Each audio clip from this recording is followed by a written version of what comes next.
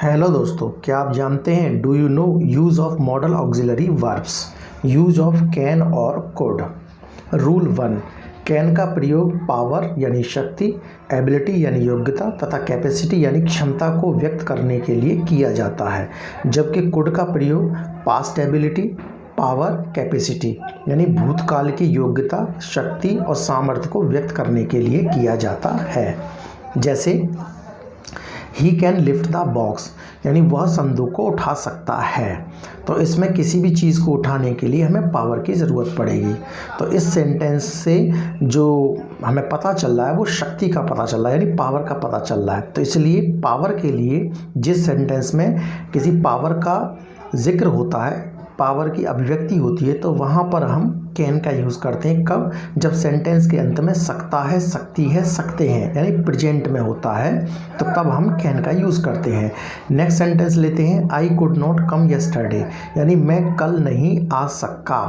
तो इस वाक्य में आ सका, तो इस वाक्य में क्या, मैं सक्षम नहीं था यानी मैं सक्षम नहीं था यानी अक्षमता थी यानी कैपेसिटी, तो अक्षमता थी। तो यहाँ पर कुड का यूज़ किया गया है, किसमें? पास्ट टेंस में। और हिंदी वाक्य के अंत में क्या आता है? सकता था, सकती थी, सकते थे अथवा सका, सकी, सके।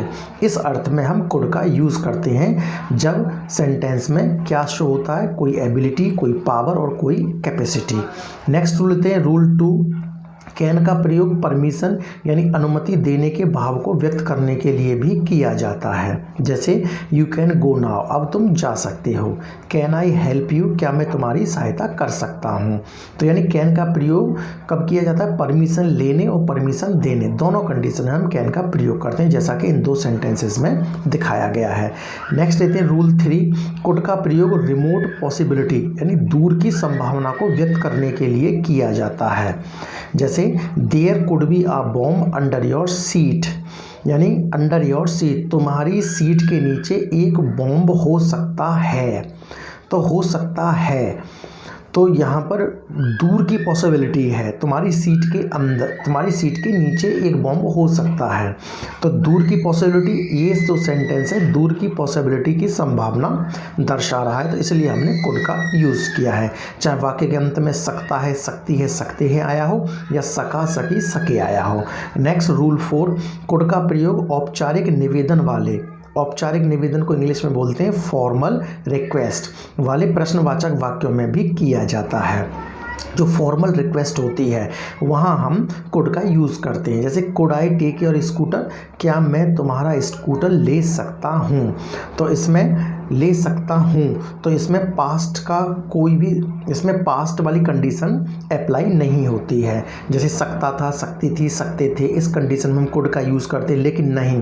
तो जब कोई फॉर्मल रिक्वेस्ट वाली बात होती है तो वहाँ पर हम कुड का यूज़ करते हैं प्रश्नवाचक वाक्यों यानी इंटरोगेटिव सेंटेंसेस में। जैसे could I take your scooter, क्या मैं तुम्हारा स्कूटर ले सकता हूँ।